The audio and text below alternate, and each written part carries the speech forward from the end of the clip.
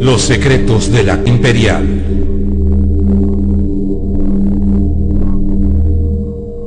En los próximos minutos, usted será testigo de la componenda entre los magistrados de la Corte Interamericana de Derechos Humanos para condenar a Venezuela.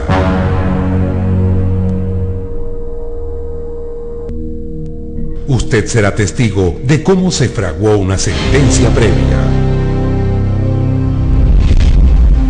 Todo comenzó el 16 de abril de 2004, cuando el general Francisco Uzón, miembro de la Fuerza Armada Nacional, hizo las siguientes declaraciones en un canal de televisión venezolano. El funcionamiento y la forma como este equipo se prepara para su uso evidencia que existe una premeditación importantísima, porque la mezcla... O sea, producto de una rabia. No, exactamente, esto fue premeditado, claro. Porque inclusive la mezcla... La forma como los ponen en fila, en formación dentro de la celda, o sea, ya eso te determina... Pero hay algo que el público sería interesante que supiese, que es que la mezcla que se utiliza es una mezcla de gasolina con napal. Para el lanzallamas. Para utilizar el Y lanzallamas. eso es como una especie de cosa de acetileno, esa que se pone una llama. Un yesquero gigantesco. A ellos los pusieron en fila. En formación, pero detrás de la reja. Detrás de la reja. Encerrados. Y entonces la persona estaba afuera. Eran varios. Eran varios que portaban el lanzallamas. Ahí los grados de las personas que estaban presentes y había uno que estaba manipulando. Entonces los encendieron y por supuesto los que estaban delante recibieron un fuego mayor que debe ser el que ha muerto y los que están prácticamente en estado de coma. Y era una celda para 4 personas y estaban 8 soldados ahí, lo cual te indica que por eso no estaban todos en formación así, sino que había unos delante y otros detrás. Porque eso involucra directamente a la jefatura. Sí, porque se supone que un artefacto de esos tiene que ser ordenado y está en uso. Depósito y requiere de un cierto procedimiento para sacarlo del depósito. O sea, aquí esto es muy grave. A nosotros nos gustaría que la Fosforito mostrara los videos de cómo los cubanos mandan dentro del Fuerte Tiuna. Claro, el video que yo mostré, por cierto. ¿Le parece a usted, general? Claro que sí. Muestran únicamente una cara de la moneda. Sí. Por estas declaraciones, el juzgado militar primero de juicio condenó al general Uzón por injuria y ofensa a la Fuerza Armada Nacional a cumplir la pena de 5 años y 6 meses de prisión, de los que solamente cumplió 1 año y 3 meses. Tras salir de la cárcel, el general Uzón acude a la Comisión Interamericana de Derechos Humanos para acusar a la nación. ¿Pero qué es la Comisión? ¿Qué es la Corte? La OEA tiene 2 organismos, la Comisión y la Corte Interamericana de Derechos Humanos. La Comisión es un órgano receptor de las denuncias y la Corte es el tribunal que sanciona las violaciones de los derechos humanos. ¿Cuál es el procedimiento para ventilar este caso? El general Uzón introduce una demanda ante la Comisión y esta acusa al Estado venezolano ante la Corte. La Corte fija la realización de una audiencia pública donde se presentan los representantes de la presunta víctima, los representantes de la Comisión y del Estado. Se escuchan los alegatos de las partes y se concede un periodo de 2 meses para que las partes presenten sus conclusiones finales. En este periodo de 2 meses, las partes preparan y presentan sus alegatos finales. Después de presentar las conclusiones finales, la Corte se toma aproximadamente 4 meses para publicar la sentencia. A continuación, mostraremos pruebas contundentes de cómo los magistrados de la Corte, el mismo 1 de abril, inmediatamente después de la audiencia, se reúnen de forma clandestina y tendenciosa para acordar una sentencia adelantada. Ojo, al señor general no lo sentenciaron por hasta donde yo sé, me corrige por favor, no lo sentenciaron por la convocatoria a la subversión, al levantamiento, al golpe del golpe, etc.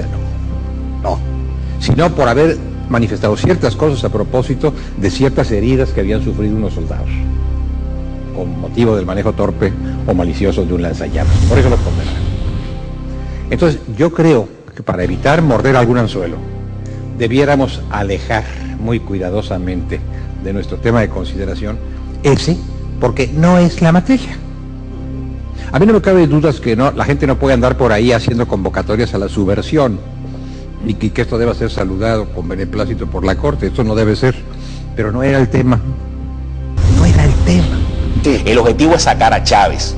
El referéndum revocatorio es el medio para. Si ese medio no funciona porque el régimen está cerrando todas las puertas de negociación, entonces entrarán los elementos y los factores y las estrategias de orden constitucional, porque seguirán siendo constitucionales, más no electorales y lamentablemente no pacíficas. Así, la Corte Interamericana de Derechos Humanos, la Corte del Imperio, firma su propia sentencia. Y solamente al final del alegato, el Estado empezó a invocar la situación golpista de este señor, de las periodistas, de no sé quiénes más, y la malicia de la comisión, que constantemente tiene el dedo puesto sobre Venezuela. ¿Está admitiendo que la comisión actúa con malicia y tiene el dedo puesto sobre Venezuela? Por supuesto, y está demostrado, ya que solo en 8 años ha cursado insustancialmente 152 demandas contra Venezuela, mientras que entre los años 1977 a 1999, antes de la llegada de la Revolución Bolivariana, solo admitió 4 casos. Además, la estrategia continúa cuando vemos en los medios golpistas venezolanos cómo hacen llamados constantemente a que venga la complaciente Comisión Interamericana de Derechos Humanos, mediante el show permanente de huelgas de hambre. Estoy pidiendo que la Organización de Estados Americanos envíe la Comisión Interamericana de Derechos Humanos se pronuncie y dé el pronunciamiento de la Organización de Estados Americanos. Sí, la comisión tiene el dedo puesto sobre Venezuela, pero sigamos. Yo creo que es peligroso, Leonardo. Yo creo que podemos resbalarnos ahí e ir a un terreno al que no ha ido la comisión, al que no han ido los representantes y al que sí quiere llevarnos el Estado. Evidentemente, los magistrados son en extremo cuidadosos en no contradecir las acusaciones de la Comisión Interamericana de Derechos Humanos ni a los representantes de Usón en este caso. ¿Estos magistrados son jueces o parte? ¿En qué temen resbalarse? Confiesan aquí los magistrados que hay un acuerdo entre la parte acusadora y la comisión, y entre la comisión y la Corte. Los magistrados de la Corte Interamericana de Derechos Humanos están en contra de Venezuela. Los magistrados buscan un subterfugio legal, pretenden declarar la ilegalidad del tribunal militar que conoció el proceso y desprestigiar a la justicia militar venezolana. La presidenta de la Corte se pronuncia. El tribunal que jugó este señor era un tribunal incompetente. Y de ahí se deriva todo. De ahí se deriva que la libertad personal fue afectada porque la orden no emanó de un tribunal competente, etcétera, etcétera. El secretario dice que un militar en situación de retiro es un civil, lo cual es falso. Pensando, creo que una primera pregunta es responder que él es un civil, no es un militar aunque esté en retiro. Pero dejemos al propio general Francisco Usón que nos aclare esta duda. Coincidencialmente yo soy oficial de ingeniería. De acuerdo a la legislación venezolana, es exactamente eso, un militar en situación de retiro, que sigue perteneciendo a la fuerza. ¿Dónde reside la trampa? La Corte redacta una sentencia el mismo día de la audiencia pública. No espera que las partes preparen sus conclusiones finales. No espera los 2 meses que la misma Corte estableció. Tampoco se toma los 4 meses para preparar la publicación de la sentencia.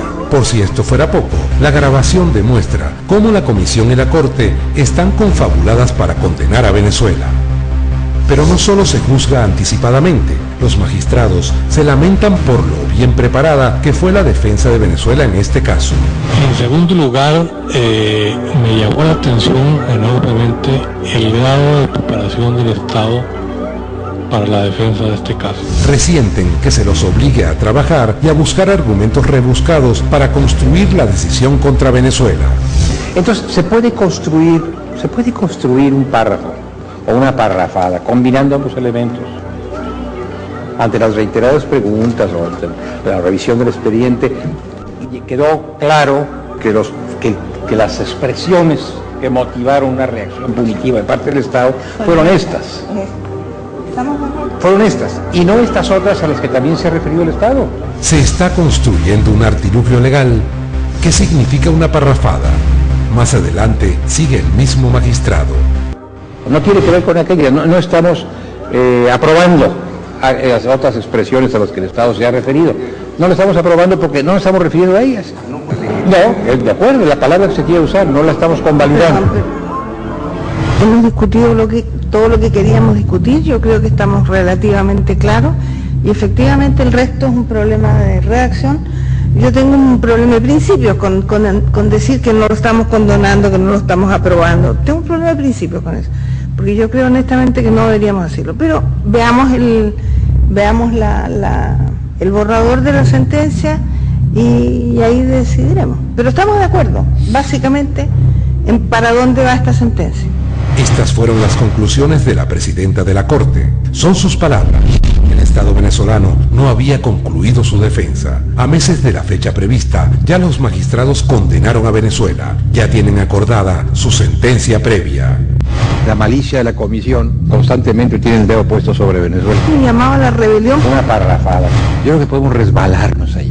Golpe del golpe. Me llamaba la rebelión. Una parrafada. La malicia de la comisión constantemente tiene el dedo puesto sobre Venezuela. Gracias al documento presentado, la Corte Interamericana de Derechos Humanos ha demostrado ser un brazo ejecutor de la política norteamericana al usar las instituciones de la OEA para condenar a Venezuela sin permitir el legítimo derecho a la defensa. Esta grabación es un documento oficial de la Corte Interamericana de Derechos Humanos que deja un registro en audio de sus deliberaciones. Por error o negligencia, fue la misma Corte quien lo depositó en manos de la representación venezolana. Estamos de acuerdo, básicamente, en para dónde va esta sentencia. Los secretos de la Corte Imperial.